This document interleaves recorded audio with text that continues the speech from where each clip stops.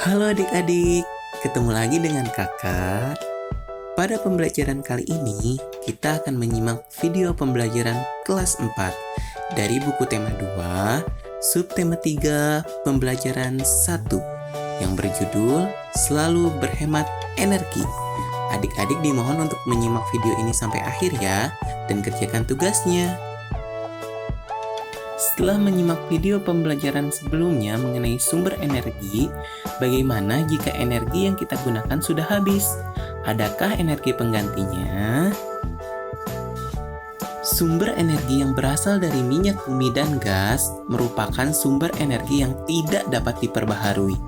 Sumber energi ini memiliki ketersediaan yang terbatas dan suatu saat akan habis. Manusia memerlukan sumber energi lain atau energi alternatif untuk memenuhi kebutuhannya. Sumber energi alternatif berasal dari sumber energi yang dapat diperbarui.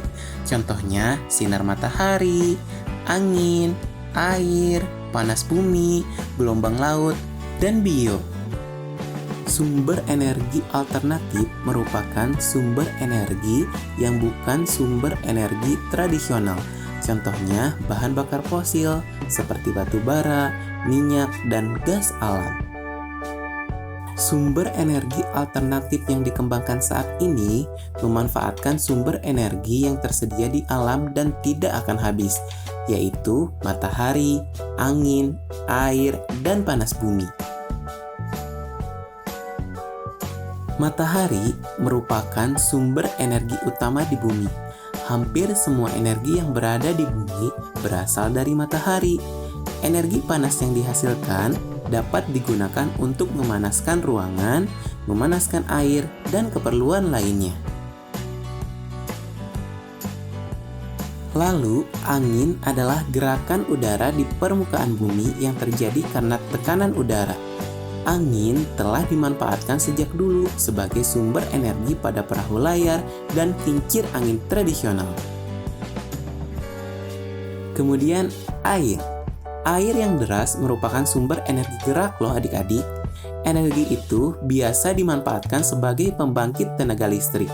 Oleh karena itu, di PLTA atau pembangkit listrik tenaga air dibuat bendungan air di tempat yang tinggi. Air yang di bendung tersebut kemudian dialirkan menurun sehingga akan mengalir seperti air terjun yang deras. Yang selanjutnya ada panas bumi.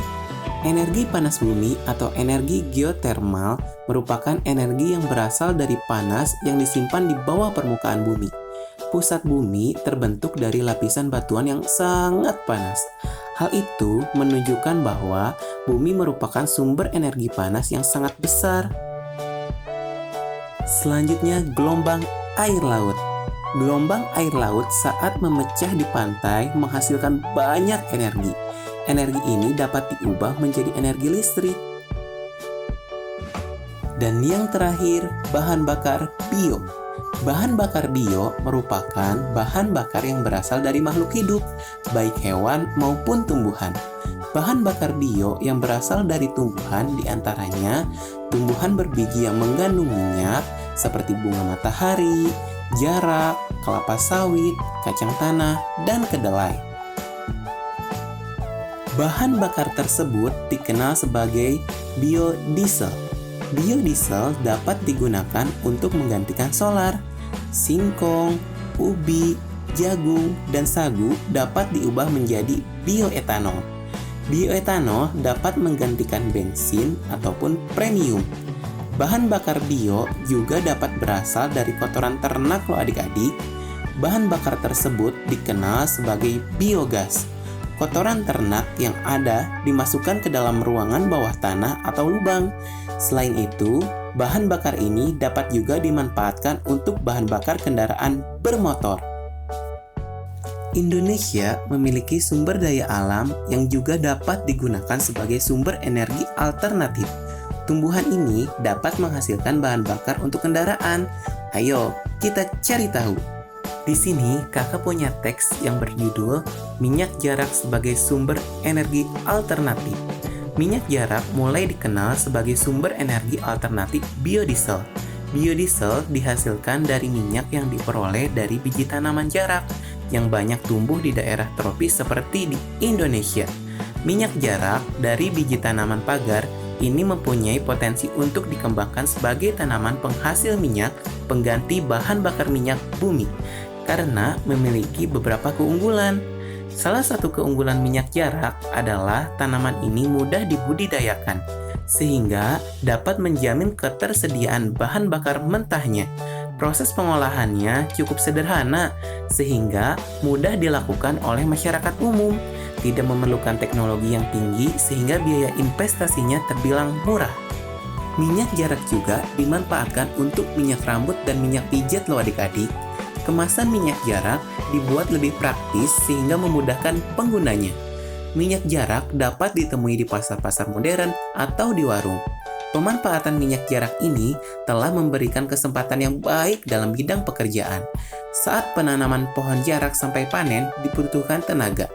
Begitu pula saat tanaman diolah menjadi minyak tentunya membutuhkan para ahli untuk membuatnya. Belum lagi kemasan yang menarik, pasti dibutuhkan tangan-tangan terampil untuk mengemasnya.